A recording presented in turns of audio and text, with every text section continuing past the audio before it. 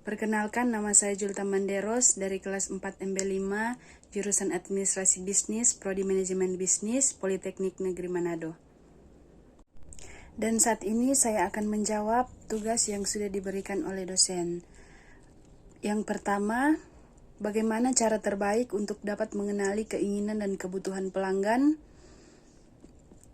Yaitu, yang pertama, melakukan hubungan pelanggan. Unsur yang paling penting dalam bisnis adalah konsep hubungan pelanggan. Dalam pendekatan ini, cara terbaik yang harus digunakan adalah komunikasi dua arah. Tujuan dari hubungan pelanggan adalah untuk membuat pelanggan merasa dihargai dan mengidentifikasi kemungkinan masalah dan untuk mengetahui kebutuhan yang muncul yang mungkin berguna dalam melayani pengembangan produk masa depan. Yang kedua, melakukan penelitian pelanggan. Memahami kebutuhan pelanggan dengan melakukan analisis perilaku konsumen akan membantu perusahaan mendefinisikan dan menciptakan peluang pasar baru yang pada gilirannya akan memberikan kontribusi untuk pertumbuhan pendapatan dalam organisasi. Nah, dengan perkembangan ekonomi yang berubah dan cepat dan teknologi yang dinamis, pelanggan juga mengamati perubahan yang cepat dalam selera pribadi dan preferensi.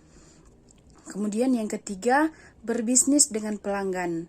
Nah, jika pelanggan Anda merasa mudah untuk melakukan bisnis dengan perusahaan Anda, maka mereka akan merasa bahwa Anda tahu apa yang pelanggan Anda butuhkan dan harapkan dari Anda sebagai penyedia layanan dan produk mereka.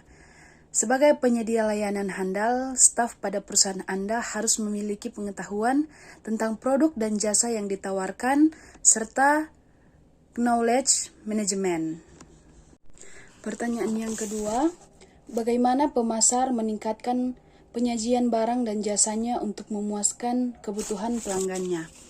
Nah, ada beberapa cara yang bisa dilakukan oleh pemasar untuk meningkatkan kepuasan pelanggan, yaitu yang pertama, memberikan fasilitas dan pelayanan dengan lebih ekstra.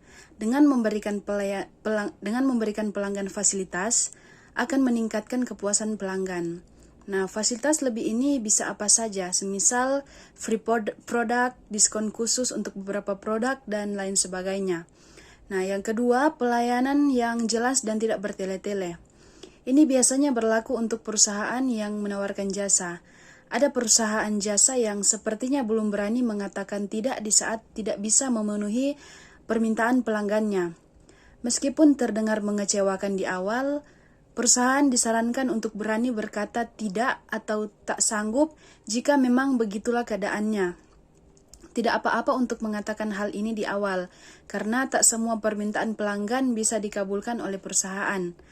Nah, yang ketiga, meningkatkan kualitas produk atau jasa, menjaga atau meningkatkan kualitas dari produk atau jasa yang ditawarkan. Pelanggan memang sudah berlangganan produk atau jasa pastinya akan kecewa jika suatu saat ia menemukan produk atau jasa ini menjadi semakin buruk. Ini adalah produk atau jasa yang ditawarkan harus terus dijaga kualitasnya.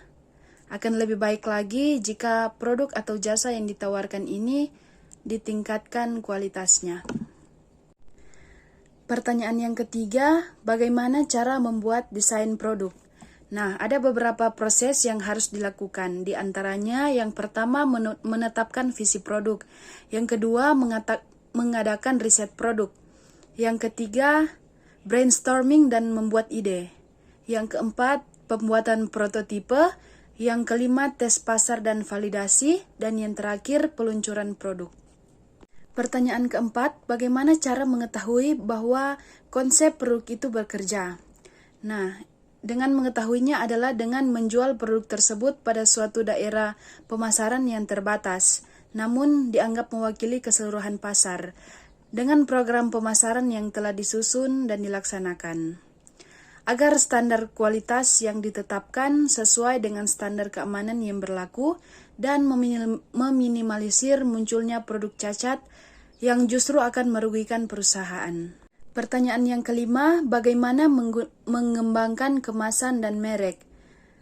Nah, caranya adalah yang pertama, uji pengemasan ramah pengiriman.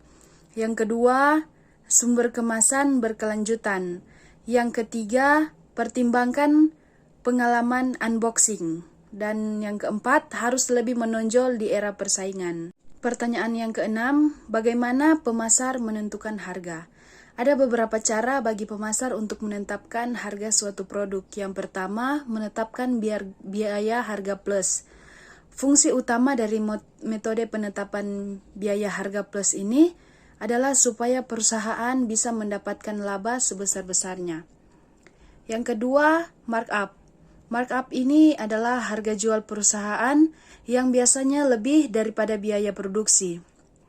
Yang ketiga, penetapan BEP atau break even point. Metode ini dilakukan dengan cara menetapkan harga jual berdasarkan total biaya pengeluaran dari hasil yang diterima badan usaha secara keseluruhan. Yang keempat, analisis kompetitor.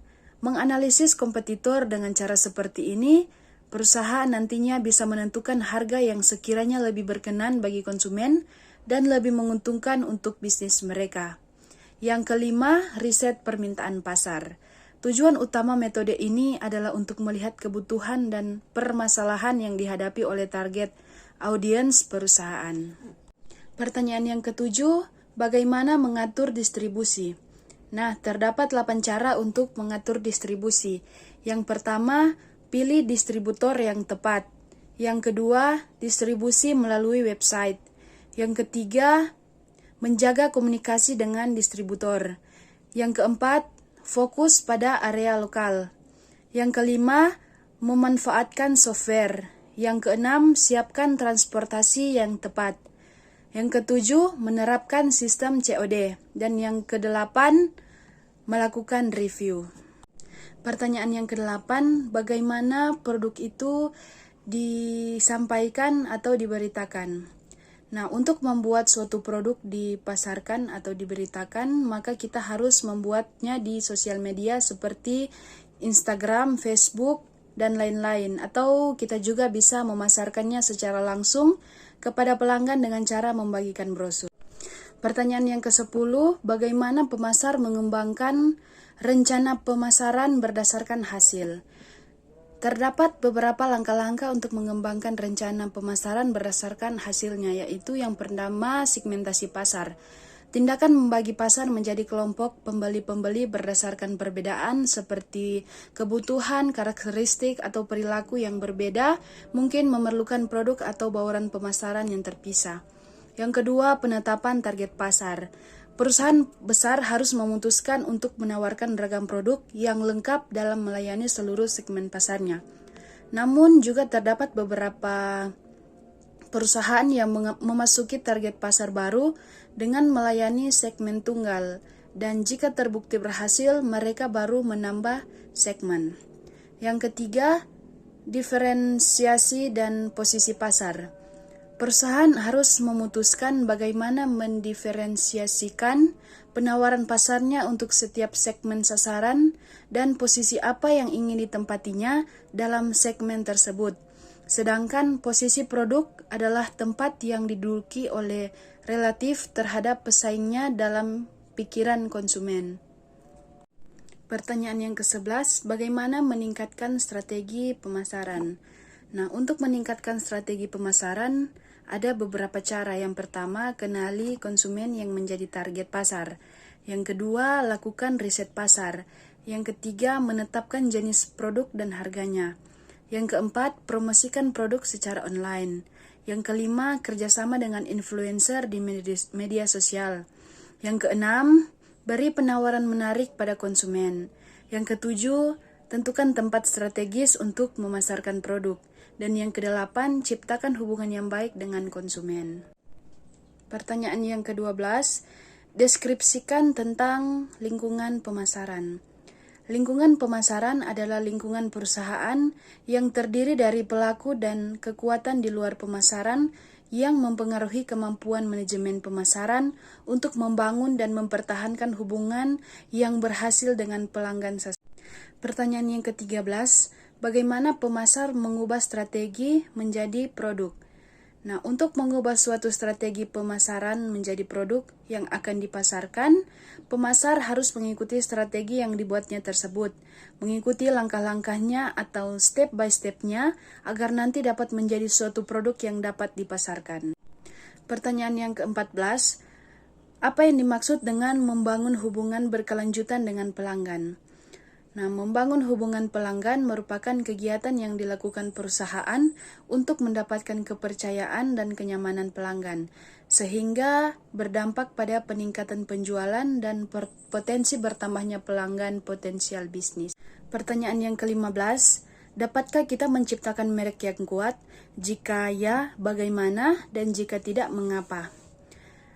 Nah, kita dapat menciptakan suatu merek yang kuat dengan mengikuti beberapa hal berikut. Yang pertama, tetapkan tujuan Anda membangun brand. Yang kedua, identifikasi audiens utama Anda. Yang ketiga, teliti para kompetitor. Yang keempat, tentukan persona merek Anda. Yang kelima, kembangkan pesan utama. Yang keenam, bentuk brand voice Anda yang unik. Dan yang terakhir, selalu konsisten. Dan pertanyaan yang terakhir, bagaimana pemasar menciptakan penawaran? Nah, untuk menciptakan penawaran bagi konsumen, pemasar harus melakukan beberapa tips. Yang pertama, menjelaskan keunggulan produk. Yang kedua, percaya diri. Yang ketiga, hindari usaha merendahkan produk lain. Yang keempat, menampilkan first impression yang baik. Yang kelima, melayani konsumen dengan baik. Yang keenam, melakukan pendekatan kepada konsumen. Yang ketujuh, jangan terkesan memaksa. Yang kedelapan, perhatikan ekspresi wajah. Yang kesembilan, pahami selera konsumen. Dan yang kesepuluh, mengerti kebutuhan konsumen. Sekian dari saya, terima kasih.